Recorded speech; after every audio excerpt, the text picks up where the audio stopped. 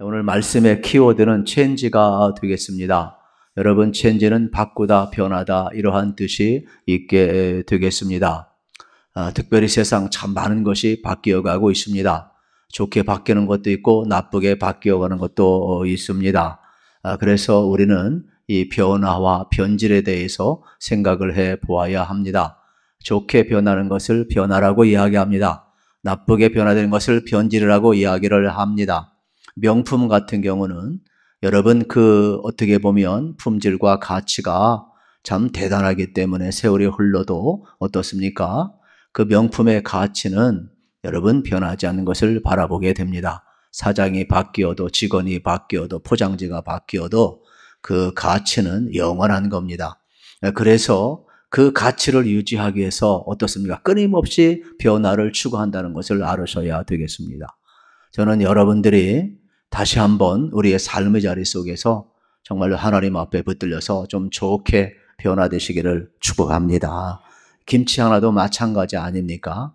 김치 하나도 맛있게 익으면 맛있습니다. 그런데 이게 변질되면 냄새나서 못 먹고 먹으면 탈납니다. 병원 가야 됩니다. 그렇기 때문에 우리가 이 변화와 변질에 대해서 깊이 있게 생각해 볼 필요가 있습니다. 하나님 앞에 가는 그날까지 여러분이 끊임없이 변화하시고 여러분들이 좋은 모습으로 하나님 앞에 설 수 있기를 우리 주님의 이름으로 축복합니다. 이 출애굽기는 이렇게 체인지로부터 시작이 되고 있습니다. 하나님의 나라를 위해서 체인지를 시작하고 있는 내용이 되겠습니다. 그래서 지난 시간에 이어서 이제 두 번째 말씀을 들고 섰는데 여러분 이 출애굽기 1장의 배경을 보면은 놀라운 변화가 일어나는데 첫째는 시간의 변화가 일어나고 있습니다. 특별히 고센 땅에 머문 지 430년이 지나는 체인지가 이루어지고 있습니다. 두 번째는 숫자가 바뀌었습니다. 고센 땅에 들어갈 때는 야곱의 가족 어떻습니까? 70명이었습니다. 그런데 애굽에서 나올 때는 200만 명이 넘습니다. 세 번째로 현실도 바뀌었습니다. 요셉을 알던 왕이었는데 이제는 요셉을 알지 못하는 왕이 등장을 했습니다. 네 번째는 그들의 삶의 질도 바뀌었습니다. 자유인으로 왔지만은 이제는 노예로 전락되어 있습니다. 그런데 하나님은 이러한 바뀐 가운데 속에서 놀라운 체인지를 하고 있습니다. 세상에 속한 백성에서 하나님께 속한 백성으로 바꿔가고 있다는 사실이 되겠습니다. 그래서 우리는 출애굽기 애굽에서 나온 이야기 엑소더스라고 이야기를 하는 것입니다. 출애굽기의 시작은 바뀜에서부터 시작이 되고 있습니다. 하나님은 이 체인지를 위해서 역사를 주관하고 있고 애굽에서 이스라엘 백성들을 어떻게 하고 있습니까? 놀랍게 그들을 붙들고 있음을 봅니다. 그래서 다 읽을 수는 없지만 7절에 보면 우리 같이 한번 합독합시다. 이스라엘 자손은 생육하고 불어나 번성하고 매우 강하여 온 땅에 가득하게 되었더라. 아멘. 놀라운 여러분 사실이 지금 이루어지고 있습니다. 애굽 땅에서 번성하고 생육하고 강성해지고 있다는 사실이 되겠습니다. 저는 성경을 볼 때 이 말씀이 잘 이해가 안 됩니다. 왜냐하면 야곱을 통해서 이러한 번성을 이루었기 때문에 그렇습니다. 야곱이 어떠한 인물입니까? 태어날 때부터 쌍둥이로 태어났습니다. 형의 발 뒤꿈치를 잡고 태어났다. 그래서 야곱 아닙니까? 그리고 그의 이름의 뜻이 뭡니까?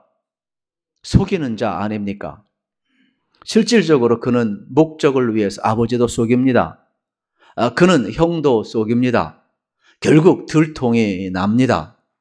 여러분 오늘 역사도 마찬가지예요. 순간은 넘어가고 순간은 여러분 불의가 이기는 것 같지만 우리는 기억해야 합니다. 정의는 반드시 승리하고 불의는 반드시 드러나게 되어 있고 하나님의 때에 하나님은 하나님의 방법으로 일한다는 것을 꼭 믿으시기를 축복합니다. 더 놀라운 사실은 야곱이 한 집에 살 수 없어서 외삼촌 라반의 집으로 멀리 도망갑니다. 그런데 그곳에서 20년 살 동안 하나님은 나름대로 복을 또 주십니다. 그래서 야곱이 결혼도 하고 자녀도 낳고 어떻습니까?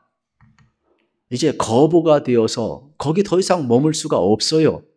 고향에 돌아와야 하는데 걸리는 게 있습니다.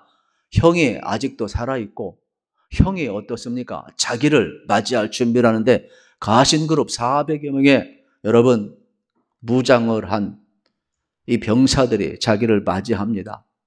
두려웠습니다. 그래서 야곱은 이때라도 당당해야 하는데 맨 먼저 부인을 앞세우고 자녀들을 앞세우고 그것도 일렬로 쭉 세워주고 갑니다.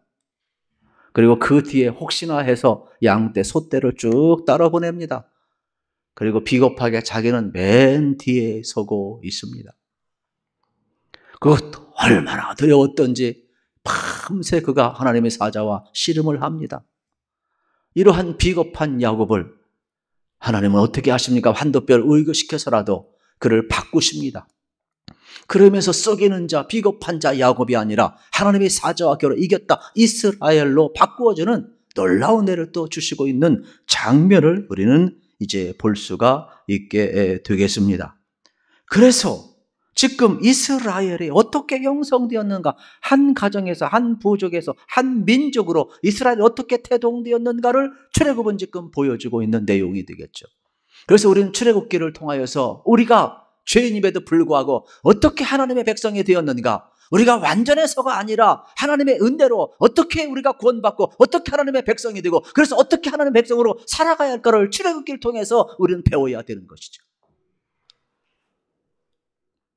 하나님은 신실하신 분입니다. 하나님은 약속하신 것을 반드시 이루시는 분이에요.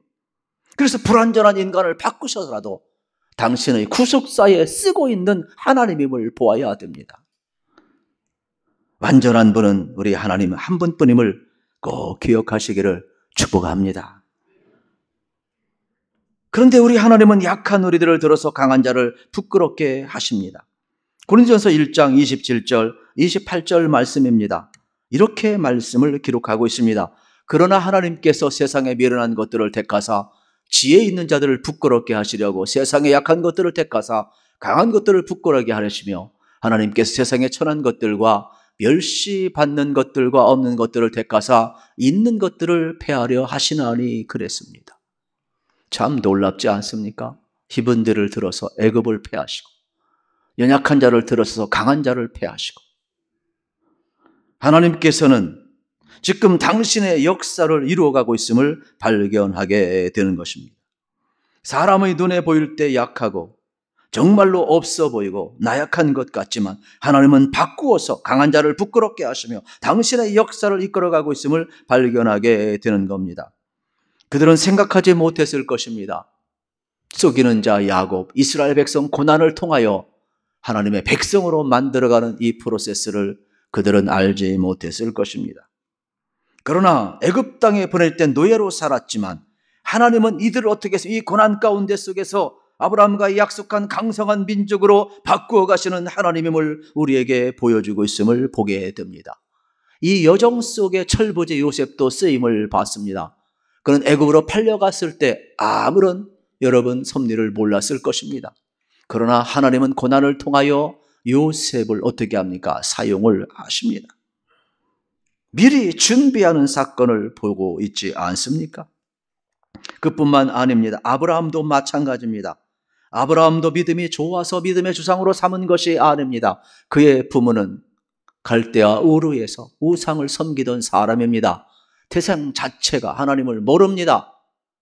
그런데 하나님은 그를 부르셔서 하나님의 주권으로 그를 사용하고 있는 겁니다. 우리가 자격이 있어서 부름받고 자격이 있어서 구원받은 것이 아니라는 거예요. 아브라함은 하나님의 부르심을 받고 순종하며 나아갑니다. 갈 바를 알지 못하고 나아갑니다. 그러면 그가 가는 길에 완벽했습니까? 아닙니다. 또 쓰러집니다. 애굽에 내려가지 말아야 하는데 기근이 들고 어려움이 오니까 인간적인 생각으로 눈에 좋은 곳으로 갔습니다. 가보니까 파라오가 어떻게 합니까? 옆에 예쁜 부인이 있으니까 누구냐고 그럽니까? 눈치 보니까 이거 부인이라고 했다간 밤새 자기가 죽고 뺏기가 생겼어요. 그래서 뭐라고 그럽니까? 누이라고 그럽니다. 그런데 하나님께서는 그날 밤에 어떻습니까? 애굽의 왕에게 나타나셔서 손대지 말라. 손대면 너 죽이겠다고 합니다. 화들짝 놀래가지고 여러분 어떻습니까? 아브라함은 구사일생으로 살아납니다. 아브라함은 자기 살기 위해서 부인을 팔아먹은 남자예요. 여기 옆에 있는 남자들 보세요. 부인 팔아먹은 남자 하나도 없어요. 멋있는 남자들입니다, 여러분. 네. 이러한 자예요. 그런데도 하나님은 그의 약함을 들었어서 믿음을 부어주시고 순종케 하시며 믿음의 조상으로 되게 하셔서 복의 근원으로 삼은 것을 잊지 말아야 되는 것입니다. 우리는 부족합니다. 신학에 와서도 마찬가지입니다. 하나님은 바꾼 역사를 계속 이루어가고 있습니다. 사울을 찾아오셔서 다메섹에서 만나 주십니다. 그러면서 이방 선교를 위하여 바울을 준비시키고 있습니다. 예수님은 갈릴리 바닷가에 오셔서 고기 잡는 어부들을 부르시며 사람 낳는 어부로 바꾸어 가십니다. 심지어 돈만 알던 마태, 세관에는 마태를 향하여서 나를 따르라 말씀하시고 예수를 따르며 예수를 전하는 제자로 바꾸어주고 있음을 보게 되는 것입니다. 하나님은 우리가 아무것 가지지 않고 부족하다고 느끼는 순간에도 여러분 우리를 부르셔서 체인지하셔서 하나님의 약속에 들어가게 하고 있음을 발견하게 되는 것입니다. 그러므로 여러분 나를 바라볼 때 부족할 수 있고 연약할 수 있고 나는 도저히 주의 일을 감당하기에 연약함이 있다 할지라도 나를 바라보지 마시고 나를 부르시고 나를 바꾸시고 나를 사용하실 하나님을 바라보는 은혜가 있기를 축복합니다. 8절 말씀을 함께 읽겠습니다. 8절 시작. 요셉을 알지 못하는 새 왕이 일어나 애굽을 다스리더니 아멘. 여기 여러분 요셉을 알지 못하는 새 왕이 일어났다 그랬습니다. 특별히 요셉을 안다는 것은 대단한 것입니다. 요셉이 애굽에 하나님의 은혜로 행한 모든 일들을 기억했기 때문에 요셉을 영웅으로 여겼습니다. 감사했습니다. 그래서 요셉과 함께한 모든 사람들을 환대했습니다. 그래서 7년 흉년의 때에 7년 풍년을 대비하는 지혜로운 리더로서의 역할을 잘 감당을 했습니다. 그런데 이제는 요셉을 알지 못하는 왕이 등장을 했다는 것은 심각한 문제가 되겠습니다. 이거는 애굽은 그 당시 이제 셈족 계통의 핫소스 여러분 왕조가 이어가고 있었습니다. 그래서 요셉도 셈족 계통이 아니겠습니까? 그러다 보니까 또 나름대로 여러분 환대를 받았어요. 그런데 왕조가 바뀌고 애굽은 어떠한 한 민족이 통치하는 것이 아니라 왕권을 잡은 민족이 애굽을 다스렸어요. 그래서 여기에 요셉을 알지 못하는 왕이 등장했다는 것은 이제 투트모스 1세가 등장했다 이러한 내용이 되겠죠. 그래서 여러분들은 외국에 가보면 박물관에 가보면 저 투트모스 1세가 여러분 이렇게 다 되어 있는 것을 여러분은 어디든지 가면 이집트 가도 그렇고 루브르 박물관 가도 그렇고 다 볼 수가 있어요. 그만큼 역사를 지배했던 왕인데 이 왕은 요셉을 알지 못했다 그랬어요. 이건 하나님을 알지 못했다는 뜻이에요. 은혜를 잊어버렸다는 뜻이에요. 그래서 이제는 히브리 민족이 버거워요. 왜요? 너무나 숫자가 많아요. 그래서 그들을 학대합니다. 그래도 더 번성을 합니다. 견딜 수가 없어요. 그래서 미래의 적으로 간주를 하게 되는 것입니다. 혹시 전쟁이 일어나면 뒤에서 적군과 함께 연합을 해서 봉기를 일으키면 꼼짝없이 애굽이 당할 수밖에 없습니다. 그래서 투트모스 1세는 너무나 버거워하고 힘들어하고 국고성을 짓는데 총 노동력을 동원하게 되는 겁니다. 그래서 진흙으로 벽돌을 굽고 또 국고성 쌓게 하고 이기게 하고 이러한 노동을 왜 딴 생각 못하도록 아주 핍박을 가하는 그러한 모습을 우리는 보게 되는 것입니다. 천국보다 현실이 더 중요한 시대가 도래를 했습니다. 옛날에는 우리가 이랬었는데 왕년의 추억으로 살기에는 현실이 너무나 버겁습니다. 이제는 바뀌는 시대를 알지 못하면 우리는 이 시대 가운데 바뀌는 세상을 알지 못하게 되어 있습니다. 교회와 세상의 관계도 마찬가지입니다. 우리가 잘 아는 라이놀드 리버의 여러분 이 교회와 문화, 이 세상의 관계 속에서도 어떤 것이 가장 좋은가 네 가지 유형 또 5가지 유형이 나오지 않습니까? 그러나 이제는 여러분 교회 개념도 바뀌게 되어가고 있습니다. 어쩌면 우리가 당연히 여겼던 모든 개념도 바뀌어가고 있습니다. 과거에 남자가 누구인가 여자가 누구인가 묻지를 않았습니다. 그러나 이제는 성 정체성에 대해서 물어야 하는 시대가 되었습니다. 적어도 가정에 대해서 우리는 묻지를 않았습니다. 전통적인 가정 개념이 명확했습니다. 그러나 지금은 우리가 생각하는 가정 개념이 허물어져 버리고 새로운 정의를 필요로 하는 시대에 살고 있습니다. 결혼도 마찬가지입니다. 결혼에 대한 개념도 새롭게 정의해야 되는 그러한 시대에 우리가 살고 있습니다. 더군다나 팬데믹 시대를 거치면서 우리는 또 한 번 변화를 거쳐왔습니다. 가난한 교인들이 늘어났습니다. 한 번도 경험하지 못한 온라인 교회, 온라인 예배가 생겨났습니다. 우리는 단핵 정국을 지나면서 많은 변화를 겪고 있습니다. 우리는 급변하는 시대 속에서 하나님은 이러한 시대에 놀라운 제2의 출애굽을 지금 준비하고 계심을 발견하게 되는 겁니다. 그러기 위해서 우리는 중요한 것을 깨달아야 합니다. 여러분, 이 시대 우리는 하나님의 선하시고 기뻐하시고 온전한 뜻을 알리기 위해서 저는 여러분들이 하나님 앞에 무릎 꿇고 기도할 수 있기를 축복합니다. 세상의 흐름 우리가 휩쓸려서는 안 됩니다. 로마서 12장 2절은 분명히 이야기합니다. 너희는 이 세를 본받지 말고 오직 마음을 새롭게 함으로 변화를 받아 하나님의 선하시고 기뻐하시고 온전한 뜻이 무엇인지 분별하도록 하라 그랬습니다. 그리스도인은 살아있어야 될 줄로 믿습니다. 세상을 본받지 말아야 됩니다. 죽은 물고기는 떠내려가지만 살아있는 고기는 거슬러 올라가는 겁니다. 그리스도인은 이 시대를 본받는 것이 아니라 거슬러 올라갈 수 있어야 됨을 잊지 않기를 축복합니다. 우리는 하나님의 선하시고 기뻐하신 뜻을 깨닫기 위해 기도해야 합니다. 사도행전 10장에 보면 베드로가 습관을 따라 지붕 위에서 기도합니다. 하나님은 큰 보자기 환상을 보여줍니다. 그 보자기 안에는 율법에서 금한 부정한 동물들이 들어 있었습니다. 그런데 하나님의 음성이 들려옵니다. 잡아먹으라. 베드로는 깜짝 놀랐습니다. 왜냐하면 자기가 알고 있는 율법은 먹으면 안 됩니다. 부정타는 겁니다. 그런데 하나님은 뭐라고 이야기합니까? 잡아먹으라는 겁니다. 안 됩니다. 하나님이 뭐라고 이야기합니까? 내가 정하다고 하는데 네가 왜 속되다고 하느냐? 베드로는 깜짝 놀랐습니다. 이 사건은 베드로를 바꾸는 사건입니다. 이 사건은 율법적 사고를 갖고 있던 베드로를 복음적 사고로 완전히 바꾸어 놓아서 앞으로 바울이 이방 선교를 향하여 나아갈 때 예루살렘 교회가 어떻습니까? 베드로를 수장으로 해서 전부 다 이방인을 향한 구원의 포문을 열어놓을 수 있도록 편견을 완전히 바꾸어놓고 율법적 사고를 완전히 바꾸어놓고 하나님의 뜻이 이방이든 유대인이든 누구든지 예수 그리스도 말미암아 구원받는 이 복음을 전하게 하는 위대한 전환점을 이루고 있어요. 어느 때요? 기도할 때.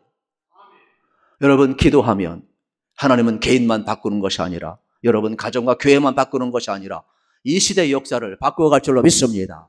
그러므로 우리는 깨어 있어야 되는 겁니다. 마가복음 9장 29절에 보면 이르시되 기도 외에 다른 것으로 어떤 종류가 나갈 수 없느니라 말씀하고 있습니다. 기도해야 세상을 거슬러 올라간 힘이 생기는 거예요. 기도해야 불의에 저항할 수 있는 능력이 생기는 거예요. 분별력이 생기는 거예요. 하나님 앞에 우리는 쓰임받기에 천지가 되어야 하는 것입니다. 기도는 하나님의 임재요, 하나님의 능력이요, 하나님이 우리를 바꿔가는 통로임을 믿으시기를 우리 주님의 이름으로 축복합니다. 오늘 12절 말씀을 함께 읽겠습니다. 시작. 그러나 학대를 받을수록 더욱 번성하여 퍼져나가니 애굽 사람이 이스라엘 자손으로 말미암아 근심하여. 참 놀라운 말씀 아닙니까? 학대를 받는데 번성하고 퍼져나가고 이스라엘 자손들이 강성해지고 있어요. 이거는 뭐예요? 하나님이 하고 있다라는 거예요. 여러분 생각해 보세요. 이스라엘 백성들도 몰랐을 거요? 노예인데 뭘 생각하겠어요? 뭘 미래를 생각하겠어요? 할 수 있는 게 아무것도 없어요. 그런데 하나님은 그 속에서도 아브라함과 맺은 약속, 이삭, 야곱을 통해 맺은 약속을 이루시고 계심을 지금 보여주고 있잖아요. 우리는 기억을 해야 합니다. 하나님이 안 계신 것이 아니라, 여러분, 하나님의 약속이 사라진 것이 아니라 하나님은 이러한 악조건 속에서도 일하고 계심을 믿으시기를 축복합니다. 하나님 이스라엘 백성의 고통만 보고 듣고 알고 계신 것이 아니에요. 이 시대의 부르짐도 오늘의 아픔도 보고 계시고 알고 계시고 듣고 계시는 것이에요. 그러므로 여러분들은 하나님 앞에 이 시대를 올려드리며 기도할 수 있기를 축복합니다. 하나님은 내려오셔서 건져내시고 우리를 인도하고 데려간다고 약속하셨어요. 눈에 보이는 것과 변화되는 세상이 전부인 것처럼 생각하면 안 됩니다. 하나님의 약속은 사라졌다고 절대로 말하지 마십시오. 하나님의 약속은 세상이 아무리 변해도, 권력이 변해도 영원함을 믿으시기를 축복합니다. 세상은 힘으로 또는 법을 만들어서 하나님과 겨루기를 시도합니다. 사람의 눈으로 볼 때는 세상의 힘이 세상의 법이 조금 이기는 것 같지만은 절대로 그렇지 않습니다. 보이는 것이 전부가 아니라 보이지 않는 하나님은 역사를 주관하시고 역사를 바꿔감을 믿으시기를 축복합니다. 사도행전 6장 7절에 보면 비슷한 말씀이 나옵니다. 같이 한번 합독합니다. 하나님의 말씀이 점점 왕성하여 예루살렘에 있는 제자의 수가 더 심히 많아지고 허다한 재상의 무리도 이 도에 복종하니라. 아멘. 여러분, 초대교인들은 로마의 핍박을 받았습니다. 그런데 성경은 뭐라고 이야기합니까? 악조건 속에서 하나님의 말씀은 점점 왕성하여 가고 제자의 수가 더 많아지니라 그랬습니다. 그러므로 여러분 잊지 마십시오. 이 하나님의 약속, 이 하나님의 나라, 하나님이 하시는 방법은 우리 생각과 달라요. 그러므로 세상을 두려워하지 않기를 축복합니다. 변화되는 세상을 두려워하지 않기를 축복합니다. 저는 여러분들이 하나님의 약속을 꼭 붙잡았으면 좋겠어요. 하나님은 진정한 출애굽의 역사를 통해서 다시금 하나님의 나라를 세워가고 하나님의 백성들을 세우고 있음을 우리는 보아야 되는 것입니다. 그러므로 기도 가운데 하나님의 약속을 붙들고 나아가면 하나님은 반드시 반전의 역사를 준비하고 계신 줄로 믿으시기를 축복합니다. 여러분, 변하는 세상에서 끝까지 승리한 분은 하나님 한 분뿐임을 알으셔야 합니다. 하나님이 우리를 체인지하실 것입니다. 여러분, 부족하더라도 있는 모습 그대로 나아가시기를 축복합니다. 하나님은 여러분을 바꾸실 것입니다. 우리가 나 자신을 보아도 부족한 게 많아요. 나나 예수를 잘 믿어야지 내가 누구한테 예수를 전하느냐, 그러한 사람도 주님이 부르십니다. 주님이 바꾸십니다. 주님이 남을 바꾸는 게 아닙니다. 나를 바꾸십니다. 할렐루야. 나를 바꾸셔서 어떻습니까? 이 시대를 본받지 않게 하고 아직도 복음을 알지 못하는 수많은 영혼들을 향하여 하나님 어떻게 하면 출애굽시키라는 겁니다. 복음의 능력만이 그들을 구원할 수 있다는 것입니다. 그러므로 우리는 이 일에 안 된다 하지 마십시오. 우리 악조건 환경을 이야기하지 마십시오. 하나님 우리를 바꾸시고 교회를 바꾸시고 이 시대를 바꾸시고 하나님의 영원한 나라를 위하여 당신의 택한 백성들을 출애굽시키라고 말씀하고 있습니다. 죄악된 세상에서 다시 한번 제2의 출애굽을 준비하시는 하나님 앞에 저도 그렇고 여러분도 그렇고 꼭 바뀌어서 존귀하게 쓰임 받으시기를 우리 주님의 이름으로 축복합니다.